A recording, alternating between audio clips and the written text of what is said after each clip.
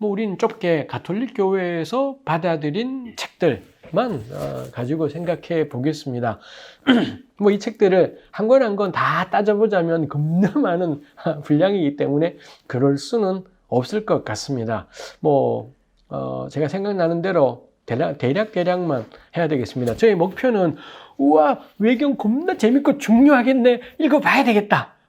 기독교 강연은 던져놓고 이 책 봐야 되겠다 라는 마음이 생기게 하는 것이 저희 목표인데 벌써 안 될 것 같은 생각이 들기도 하고 그렇습니다. 이 가운데는 재미난 이야기들이 있습니다. 참 재미난 이야기들이 토빗, 유딧, 그 다음에 다니엘 추가본, 이런 것들이 이른바 문학 양식으로 따지면 소설에 해당이 돼요. 소설이라고 표현한다. 가령 구약 성경에서는 이런 똑같은 양식이 뭐냐? 룻기하고 요나서 같은 것이 딱 그에 해당이 된 에스더도 있겠군요. 이런 책들이 소설입니다. 소설이라는 게 구라라는 의미, 허구라는 의미인 것이 아니라 그 하나님의 말씀을 표현하는 방식으로 시편처럼 쓸 수도 있겠고요. 근데 룻기처럼 쓸 수도 있지 않겠습니까? 해서 이 하나님의 말씀을 표현하는 방식이 시냐 소설이냐, 문학 양식에 있어서 어떤 양식을 빌려서 표현했냐, 뭐 그걸 말하는 것입니다. 해서 외경 안에도 토빗, 유딧, 에스더 추가본, 그 다음에 다니엘 추가본, 이런 것들이 소설 양식을 가지고 있습니다. 근데 에스더 추가본이랑 다니엘 추가본은 이미 있는 책에다가 붙었기 때문에 뭐 좀 덜 재밌는 것이 있습니다. 에스더 추가본은 우리 에스더서의 특징이 그거잖아요. 에스더에는 하나님이 안 나와요. 이 주인공 에스더와 모르드게가 하나님에 대해서 입도 뻥끗도 안 하는 것이 있지 않습니까? 이게 못내 불편했던 것 같아요. 에스더 추가본에 보면은, 에스더 추가본은 우리 개신교 성경에는 없지만 가톨릭 성경에는 있습니다. 가톨릭 성경 사서 읽어보시면은 뭐 앱에 다 있으니까 찾아보시면은 걸핏하면 이 모르드게와 에스더가 하나님을 운운해요. 아마도 이 에스더 추가본과 연관된 집단들은 히브리어 에스더서가 가진 그 쿨함, 하나님을 입도 뻥끗하지 않는 것이 불편했고, 혹이라도 자녀들에게 혹은 청년들에게 교육을 할 때 염려가 되었던 것 같습니다. 그래서는 계속 신앙 고백 막 쩔게 막 하고 겁나 은혜롭고 경건하게 된 게 에스더 추가본입니다. 그래서 저는 가톨릭 에스더서를 읽고 우리 개신교의 에스더서를 읽게 되면은 깨닫게 되는 게, 이 히브리어 에스더 버전이 진짜 소중하구나를 더 깨닫게 돼요. 하나님을 일체 언급하지 않으며 이방 땅을 살아가기. 입만 열면 예수님 어쩌고 저쩌고 하며 살아가는 것이 아니라 예수님을 입도 뻥끗하지 않으며 이방 땅을 살아가기. 라는 점에서 히브리어 에스더 버전, 개신교 성경에 보존된 이 버전이 진짜 특이하구나 라는 겁니다. 어찌 보면은 막 계속 하나님 어쩌고 저쩌고 하는 이 그리스어 에스더가 훨씬 더 은혜롭고 경건하다 싶은데 이게 히브리어 에스더 버전은 그렇지 않다라는 이런 대조를 볼 때에도 저는 꼭 가톨릭 에스더를 읽어보실만 합니다. 다니엘서도 그렇습니다. 다니엘서도 추가본이 있어요. 다니엘서 3장에 세 친구가 풀무불에 던져지지 않습니까? 이 친구들이 그 풀무불 들어가기 전에 겁나 세게 기도하고요. 풀무불에 들어가선 찬양을 불러요. 겁나 은혜로운 상황이지요. 근데 우리 히브리어 다니엘 3장은 그런 거 전혀 나오지 않습니다. 새 친구들 겁나 쿨함 뭐 이렇게 되어 있지요.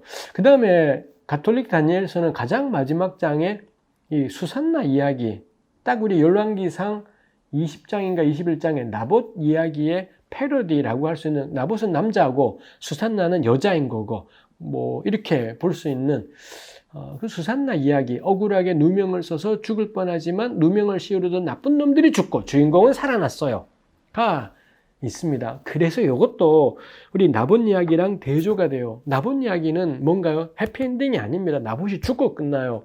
근데 외경 다니엘서 수산나 이야기에는 주인공이 마지막에 죽을 뻔하다가 살아나요. 그거 외경입니다. 정경은요, 죽고 끝나요.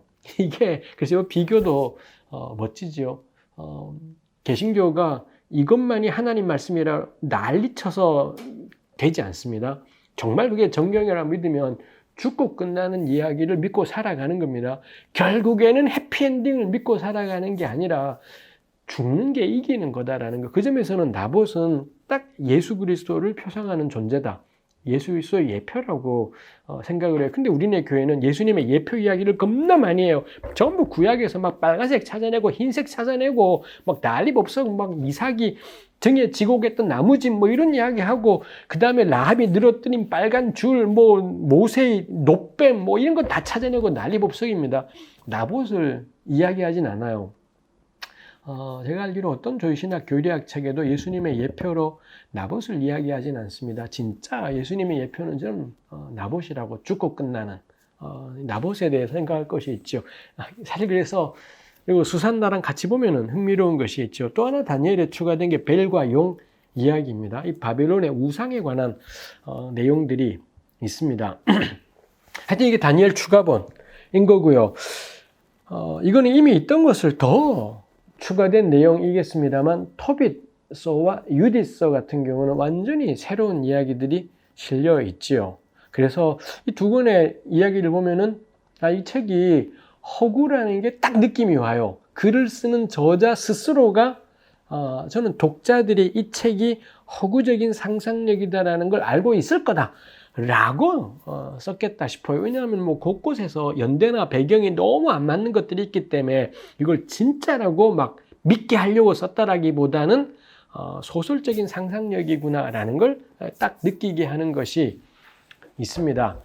근데 하여튼 이 두 권 읽어보시면 정말 재밌습니다. 전 참 토비서를 아주 좋아해요. 토비서 안에 고대 유대교의 가치, 구약신앙 이래 이어져 오는 가치들을 몸으로 살아가는 사람들의 이야기가 이 토비서 안에 나오는 것이 있습니다. 그 다음에 문학적인 패러디도 진짜 많고 우리 왜 드라마 보다 보면 느끼는 게 드라마는 한 등장인물 몇 사람끼리 계속 결혼하고 사귀고 그 안에 전부 다 해결되지 않습니까? 토비서가 딱 그래요. 등장하는 모든 사람들이 다 연결돼서 몇 명만 등장하면 스토리가 다 되고 전부 얽히고 설켜 있습니다. 그래서 이게 딱 드라마구나 싶은데 그게 주는 게 그 토비스의 배경은 이 아수르 때 끌려갔던 유대인들입니다. 북왕국 출신들인 거죠. 북왕국 12지파 사람들이 아수르 때 끌려갔었고 근데 이 사람들이 그 낯선 땅에 각각 흩어져 살아가면서 어떻게든 서로 지탱해서 살아가요. 이 소수의 등장인물 자기네끼리 결혼하고 막 전부 다 하네 싶다라는 그게 딱 토비스인데 여기에 주는 교훈이 이 사람들이 서로 지탱하고 서로 버텨내서 그 낯선 삶을 살아내는 것이 있습니다. 그러면서 온갖 에피소드들이 있어요. 읽어보시면 정말 흥미로운 책이죠.